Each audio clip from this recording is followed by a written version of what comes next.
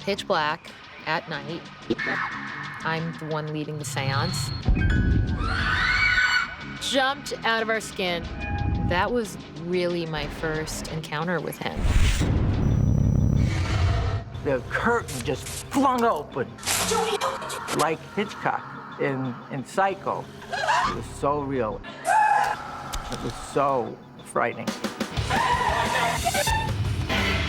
This was the enemy making a direct attack on me. Out of nowhere, this woman, she touched me. I could feel something was about to happen. When I was in the apartment, I kept getting chills. I saw going from one bedroom to another. That's the craziest thing ever.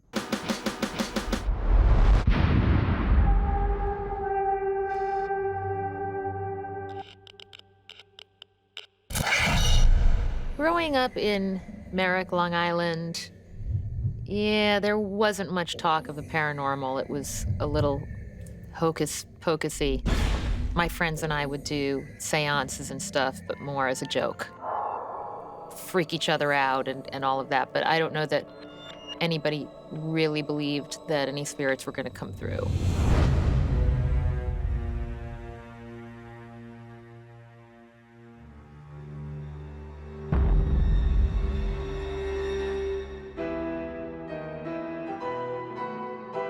My fascination with Liberace started when I was like 5 or 6 years old.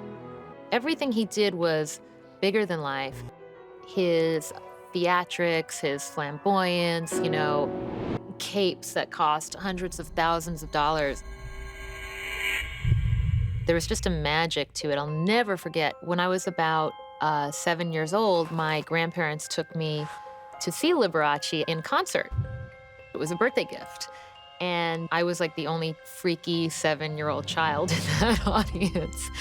And I remember being this wide-eyed kid with a dream and being in awe of a fellow performer. He turned it into a spectacle when he played, and I just loved him, and I loved that about him.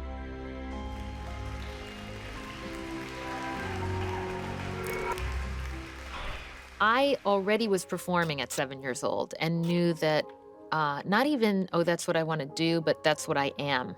So I almost felt like he was a kindred spirit in some weird way.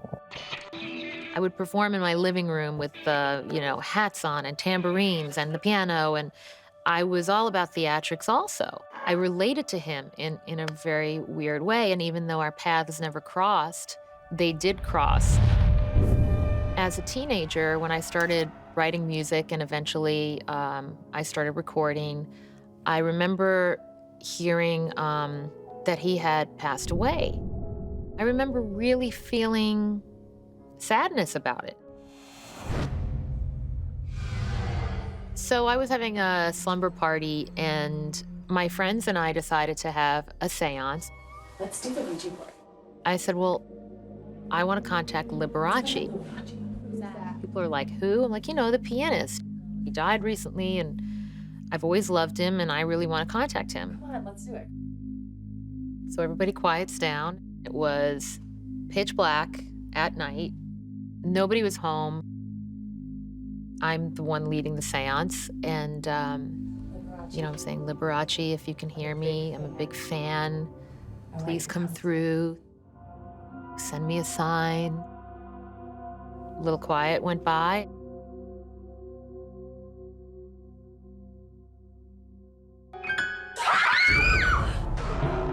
Oh my God. What was that? Ding, ding, ding, ding.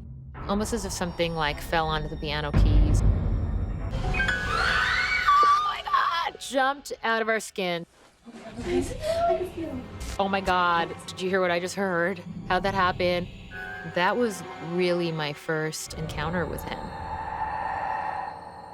I started recording and making records and everything, and Baldwin Pianos actually became the piano company that supplied me with pianos for the studio and touring. I was introduced to my artist representative from Baldwin, and his name is Myron Martin. And he said, yeah, I was Liberace's artist rep for years and years, and he owned one of Liberace's all glass and mirrored pianos.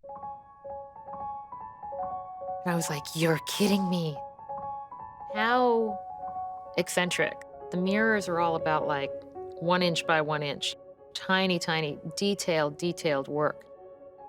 I just was fascinated with it. And at some point, Myron said to me, I think my time with this piano's done. I put way more thought into purchasing apartments or homes. In terms of price, it was up there. I knew that I wanted to own it instantly, and I knew I'd never want to part with it. So forked over my record royalties and bought this piano. The day the piano arrived at my apartment was thrilling. Having a piece of that performer with me and realizing my own dream as a performer all at one time, and it was a magical thing. This piano was in Liberace's apartment in his home, and the countless hours he spent playing it, it has this lived-in feeling about it. I always had the feeling that my cat Gleason was looking at somebody hovering over that piano, for sure, right above the bench. He always was looking right up at that spot. I got this call to do a TV show with a psychic medium that would contact people from the afterlife. I was like, I don't know who he's gonna contact, but sure, okay. As I was walking out the door to go tape the show, I hear clink on the floor. A mirror had broken off. I was a little bit spooked and went over to the mirror, picked it up, and I put it in my purse. I go to the TV studio, and actually I was a mystery guest. He didn't know I was coming in, he couldn't see me, my back was turned to him, all of that stuff. So I'm getting my reading done. Are you from the East Coast? Are you from New York? Yes. And all of a sudden, the psychic stops mid-sentence.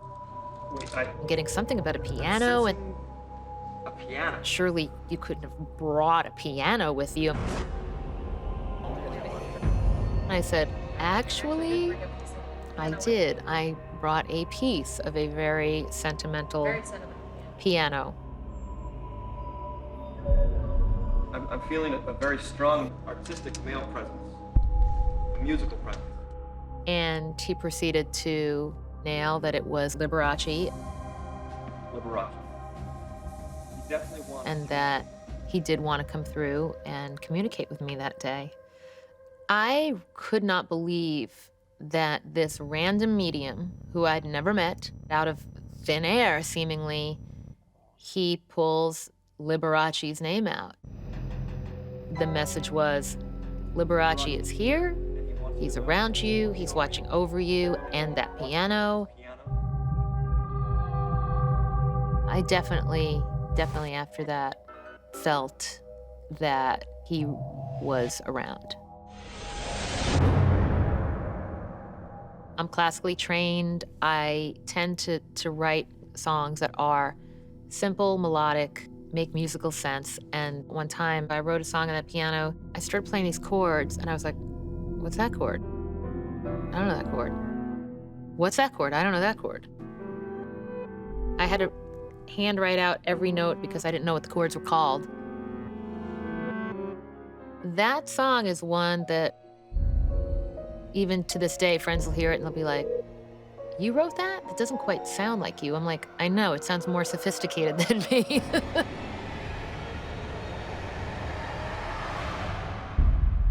The next thing that happened with the piano was by far the main event. I still can't believe to this day that this happened to me. Playing chords that were not in my musical vocabulary. Even to this day, friends will hear it and they'll be like, you wrote that? There was a point in time in the beginnings of my career, I don't know, I was going through just a kind of a weird, difficult time. I was performing kind of sporadically, randomly. I wasn't in any kind of flow. I was just feeling a little lost and a little anxious. And I got this call to come do a series of shows in Salt Lake City, Utah. I went, I was at the hotel. I asked at the desk, what would be a good thing for me to do in this town that's just kind of low key? And the concierge recommended this bookstore. It's got really cool books, rare books. I was like, that sounds kind of like the perfect place to get lost in for an afternoon. So there were 2 levels to the bookstore, and I was in the basement. I had a stack of books, and I was wrapping things up. I was like, all right, I guess I'm done here. Where do I go pay? And I realized that the register was upstairs. I was walking up, and I heard a thump. I knew that thump was for me.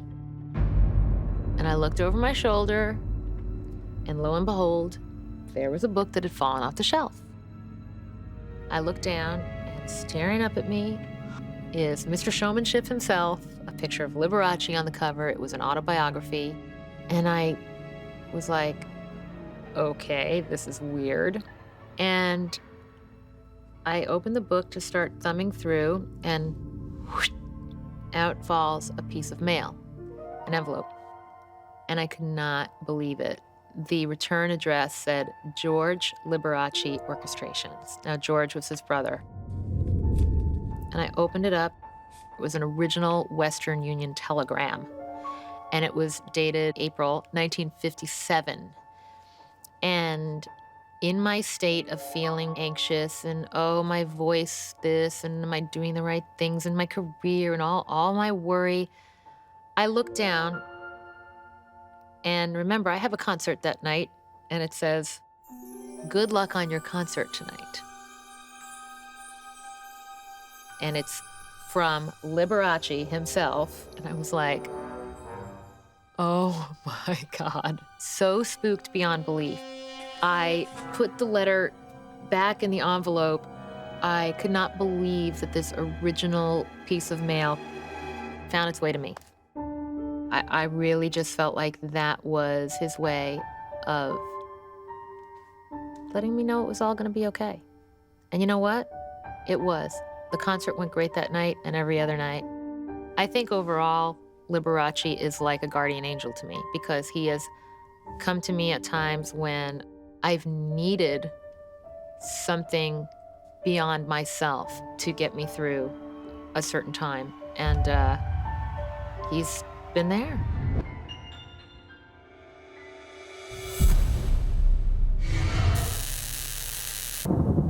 I believe in having a faith in this higher wisdom, a power that is greater than myself in this universe.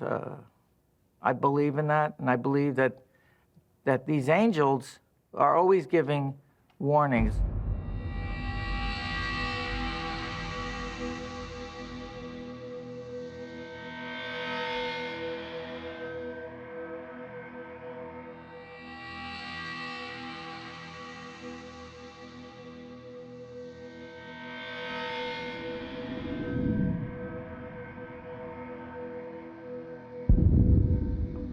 Both of us are city kids. I'm from Hoboken, New Jersey. She was from Chicago, Illinois. Both Italian.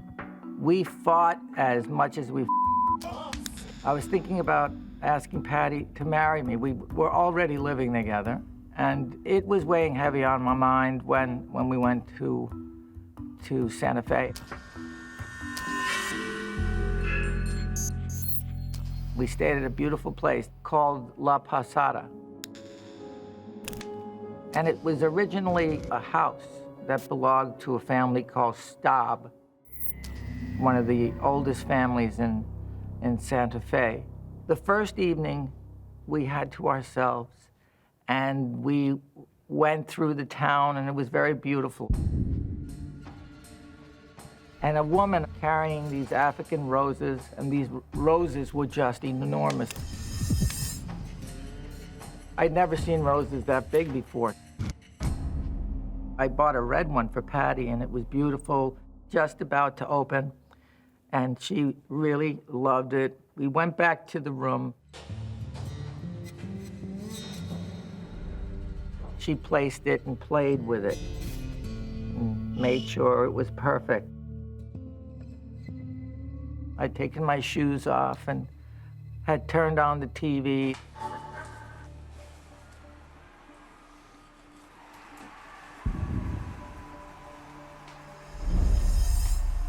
And she popped out of the bathroom and was like, "Joey, are you smoking in this room?" I am not smoking. I smell it all over the place.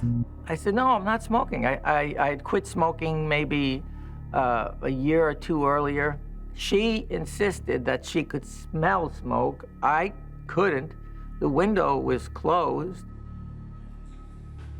We went to bed, and in the middle of the night, I woke to the smell of cigarette smoke.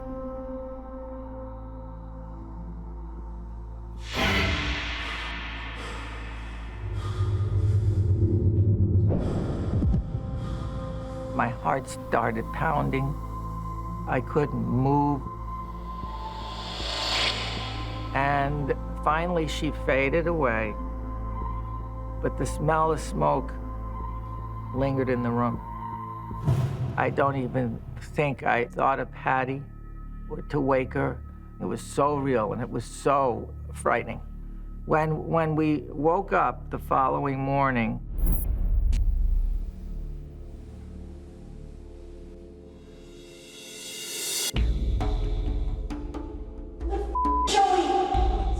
she said, "What'd you do with my rose?" I didn't do anything. I looked at the ice bucket and the rose was gone. I wasn't gonna alarm Patty, but then when the rose went missing, that was it. I told her what I'd seen, and she started shaking. I looked at her, she looked at me, and we simultaneously jumped out of bed and grabbed our suitcases, and we started packing. So now we go down to the front desk, and too embarrassed to say anything except we can't stay in this room. It was chilly, we don't like it, there was a smell of smoke. And when I said that, there was a knowing look from the young woman we were dealing with. And so she dropped it right away. And she said, "I have a bungalow suite, which is a few dollars more, and we took it." So we unpacked, and then we showered and got ready to go out in the day. And we went into a store that had two of these beautifully pastel picture-esque dresses.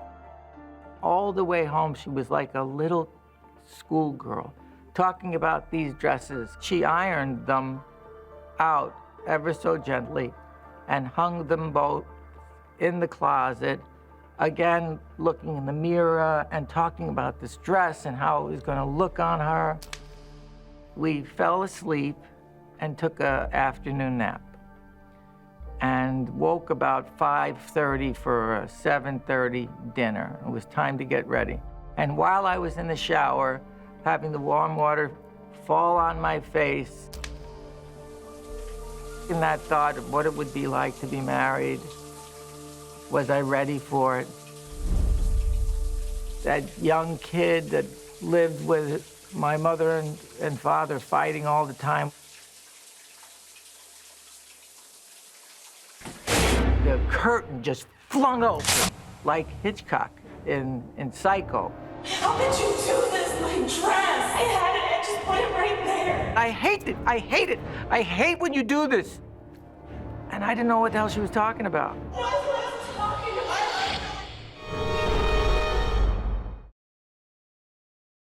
The curtain just flung open like Hitchcock in Psycho.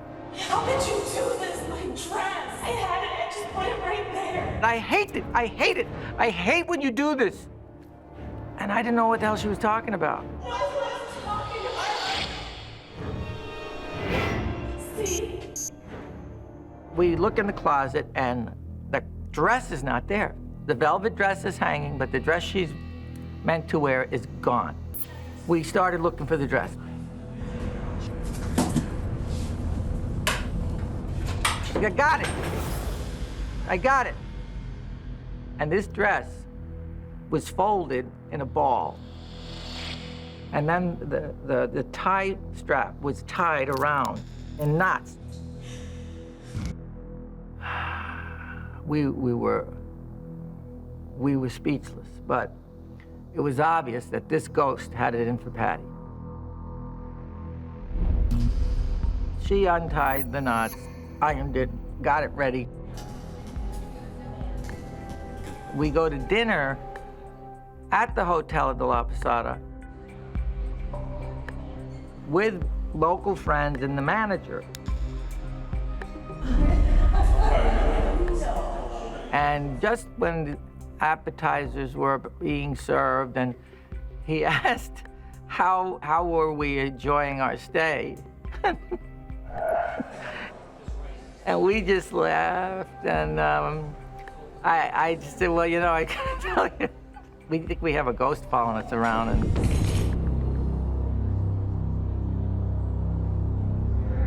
And we had everyone's attention. And the manager, without saying a word, walked out of the dining room. So this should answer a few questions. And he came back with a flyer, and it said, the history of the Staub house. And the matriarch, Julia Staub, who something like 80 years ago lost a child. And in the course of that loss, having never been able to overcome it, or how could she? She got more and more depressed.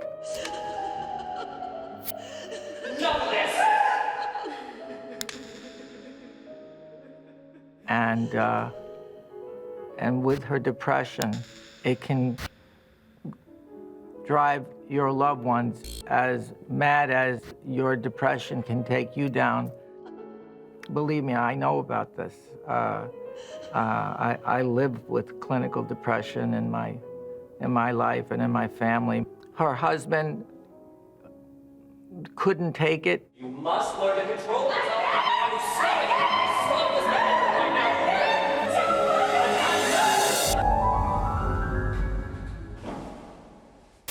He strangled her in the very room that we slept in the night before. In the actual advertising of the hotel, they bragged about, don't be surprised if Julia comes and visits. She visits young lovers because of her history with her own husband. I could see the blood rushing out of Patty's face. When we went to bed, we fell asleep, woke up, and I ordered room service, coffee, we split an omelet, and while we were just about to finish, our friends were outside. We heard them call our name. So we said goodbye, and when we went back into the room to finish our breakfast, we both were shocked to see there was a cigarette butt that was put out in the center of Patty's half-eaten omelet. And there was a red lipstick on the tip of this cigarette. And that was it. We just looked at each other and made it back to the bosom of Los Angeles, California. We broke up soon after, and I think that Julia knew what took us maybe another 16 months to get over. You know, both Patty and I are a lot less crazy now that we're not together. We didn't get married, but I'm glad it happened. I look forward to more encounters with that side. You know, because none of us are going to get out of this alive.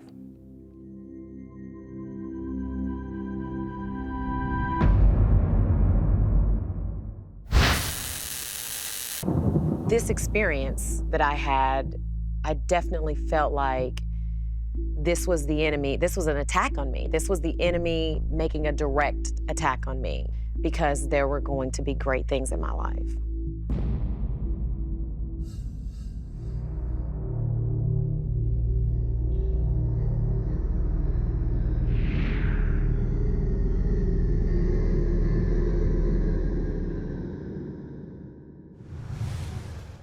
As a little girl, I spent quite a bit of my childhood being afraid. I come from a biracial background. That within itself brought on a lot of stress and a lot of tension in our family. My brother and I woke up every morning to my parents fighting. You're crazy. Get in the car. Get in the car. At night, when I would go to bed, that was the time when all of my stresses would kind of come out in these weird, crazy nightmares and dreams that I had. My mom was always running into my room to find out what I was screaming about. But I remember a couple of times in my teenage years just kind of writing it off as, oh, you know, it's just a bad dream, it's nothing. I was out shopping one day, you know, minding my business, and out of nowhere, this woman, she was walking towards me, and she touched me. And she said, there's a lot of negativity around you. There's a lot of negative energy around you. I could feel the energy. I mean, it's pitch black dark. You need to get that out of your life. And of course, I looked at her like she was crazy, and I'm like, you need to stop touching me. But I couldn't stop thinking about what she said. And I really struggled with that. I wondered if this was a precursor to something else in my life that was coming.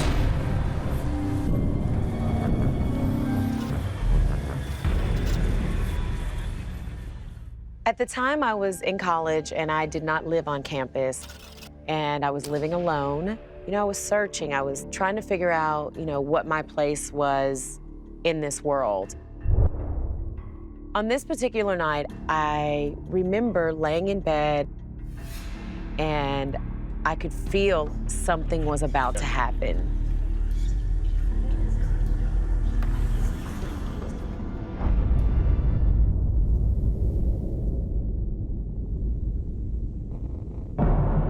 And I woke up in the middle of the night and I remember seeing almost like a black cloud move across the door. Almost like an ink blot that just slid across the floor and up the wall and onto the ceiling. I felt the room fill up with a negative presence. My heart was pounding through my chest. I felt it above me. And he was there to terrify me. He hovered over my bed so close, and he was right there in my ear. And he was like, I'm here. You can pretend that I'm not here, but I'm here. And you're gonna have to acknowledge that I'm here. That really freaked me out. I was crying.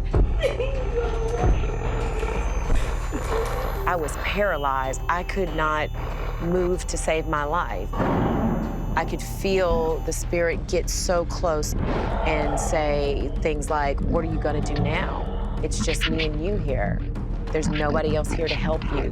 And, you know, I'm laying there and I'm like, what am I gonna do now? This thing wants something from me. The only thing I knew to do was pray. I think only thing I could say was in the name of Jesus, in the name of Jesus, leave my room. I just remember this spirit saying to me, oh, you're praying to Jesus? That's great. That's really gonna work. He got angry, and I could feel it, and that scared me even more because I was like, oh, now I'm in trouble. This lasted for like 2 hours. This spirit would press on me harder and harder. I literally thought I was gonna be drugged by my ankles down to the pits of hell.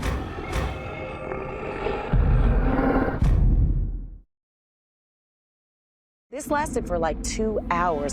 This spirit would press on me harder and harder.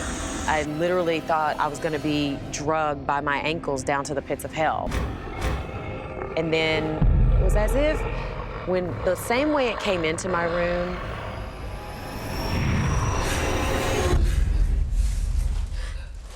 it left my room. It was gone. The air came back into the room and I could breathe again. That's how real it was, and that's how terrified I was. The next morning, I called my mom, and I said I had the worst experience last night I think I've ever had in my entire life. And she was like, what do you mean? And I said, Mom, there was something in my room.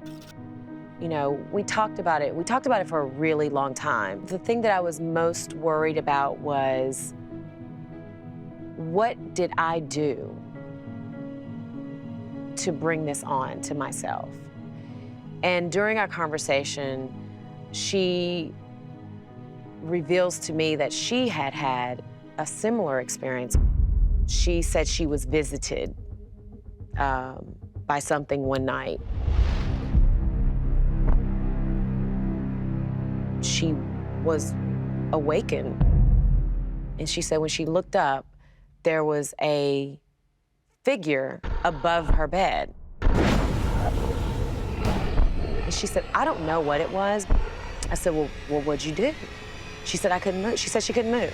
She said she was paralyzed the same way I was. She just paralyzed.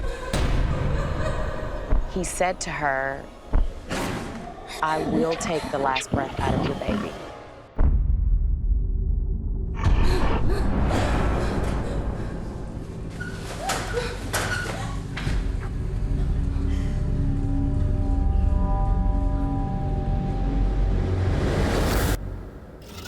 She said that shortly after I was born, you completely changed my life. And I wondered, is this all connected? Is this all related? Maybe that same spirit is the spirit that taunts me. And my mom said to me, when you're on a certain path to great things, the enemy, being the evil spirits, they will always try to do something to get you off that path.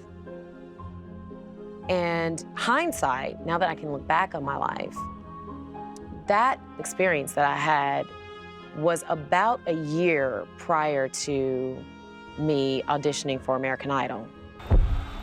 What happened in the few months to come after that experience, I had no clue that I was going to audition for this great television show and that it was going to change my life. But it definitely, there was something definitely life-changing around the corner, and that evil spirit was way more aware of it than I was.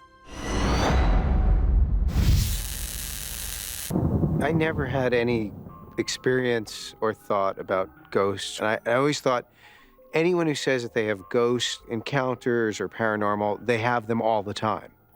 And people who don't just never do. So I was that guy, totally skeptical about all of it.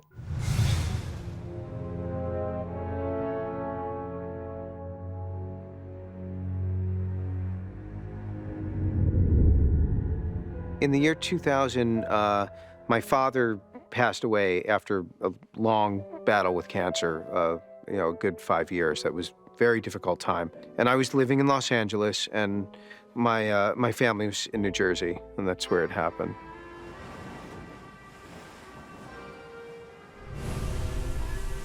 My grandparents were immigrants from Eastern Europe in the 1900s. Many Jewish families immigrated at that time. And my grandfather and his 6 brothers moved the entire family to central New Jersey and settled in a town called Highland Park. One of the first things he bought when he made any money was a diamond pinky ring. And then after that, when he made more money, he bought another piece of jewelry. You know, a diamond is a rock, and it's, very tangible and real. That was what meant something to him. As I grew up, my father, kind of the same deal. It just was a thing in our family. It means something that we have roots. My father passed away in 2000, as I said, and, we kind of let my stepmother settle the apartment, figuring out what she wants to keep and what is meant for whoever. And she said to me, You remember your father's ring? there's a ring that was your grandfather's and then was your father's after that, and I'd like you to have it. The ring is, it's made out of white gold, and it's round, and it's got 8 or 9 diamonds around the side and one in the middle. It's a 1920, at the latest, pinky ring. And she went to get it out of his box of stuff. It's right here. And it wasn't there. And then we started looking up and down the apartment. It was driving us crazy. And I said, when did you last see it? She said, I guess right when he died. I probably looked in his box. Maybe you dropped it. I said many times, well, did you drop it? Did you drop it? She goes, no, I didn't drop it. I never had it in my hand. And it'll turn off.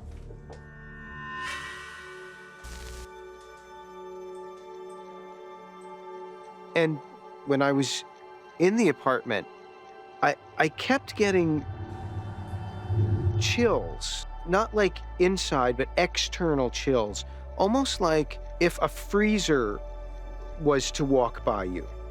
I know that sounds ridiculous, but it's very fleeting.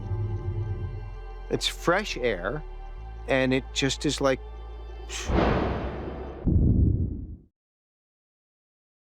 I kept getting chills, not like inside, but external chills. It's very fleeting. It's fresh air, and it just is like, there's nothing else exactly like it. And I remember I was sitting in the living room,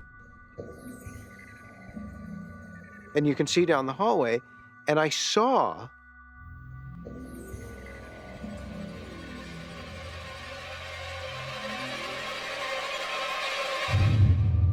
a shadow go by. And I said to my stepmother, Anne, I said, is John here, my brother? Is John here? And she goes, what are you talking about? No, it's not that big of an apartment. And we went and looked. It's a high-rise apartment building. No one had come in or anything. An hour later that day, a friend from high school came over, and we're sitting and talking, and he said, oh, I'm gonna go to the bathroom. And he went to go to the bathroom, and he comes back. He goes to my stepmother, because it's her apartment. He goes, did you drop this? And it was the ring. And she goes, well, where was that? And he goes, it was right in the middle of the hallway, lying on the floor. And there's literally no way at all that it was there before. So whatever, I said, that came from somewhere, that's divine. So after I got the ring, I came back to Los Angeles, and I have a jewelry box from when I was a kid, and I just put it in there, and I kind of forgot about it. The year of 2008, I spent preparing to adopt a son. I'd thought about adopting for a long time. I really wanted to be a father. I'm single, and I thought, what am I waiting for? It was a long process. I went through all the training and all the licensing, and in February of 2009, Nathan moved in with me. And, you know, as much as I thought I was prepared for it, it was a big difference. Nathan was 7, so it wasn't a baby. He had feelings and thoughts and memories, and a lot of stuff came up for Nathan and for myself. And, you know, I started having all these questions. Am I doing the right thing all the time? And trying to be a great parent. And there's about 1 million times when you think, what could I possibly be thinking? What am I doing? Huge moments of doubt. Homework and bedtime, questions all the time. Am I doing it the right way? Am I explaining things to him the right way? I just didn't think I could really handle it. And I started feeling what I had remembered from the apartment, again, like a block of ice coming past me. So the next day, I go to the movies with my friend, and I'm telling her this story about these cold flashes, and that the last time I remember it happening was when we found my father's ring. Why is it happening now that my son just moved in? And I go to pay for the movie tickets. The guy gives me my change, and On the bill is written ring. And I'm like, okay, you know what? That's the craziest thing ever. It's not like every day I get a bill with something written on it. And B, I'm just telling this story right now about the ring. That freaked me out. Now she said, well, there's your answer. You have to go put on the ring. And then any question you have about Nathan will come to you. So I go home, and I go in the box, and I get the ring, and I put it on. And that night, I put Nathan to bed, and I'm sitting in the TV room, and I see in the hallway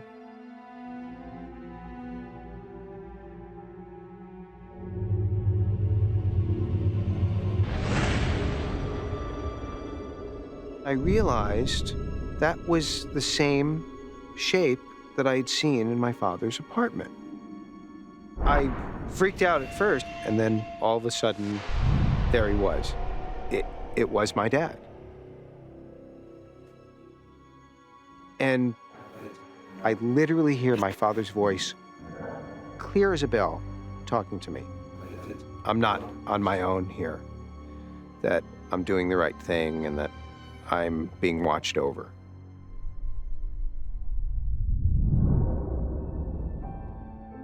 I felt a weight off my shoulders. And the realization that I'm not alone. It's made me a more confident parent. I know that my grandfather is in this ring. I know my father is with me, watching over me as I'm guiding Nathan.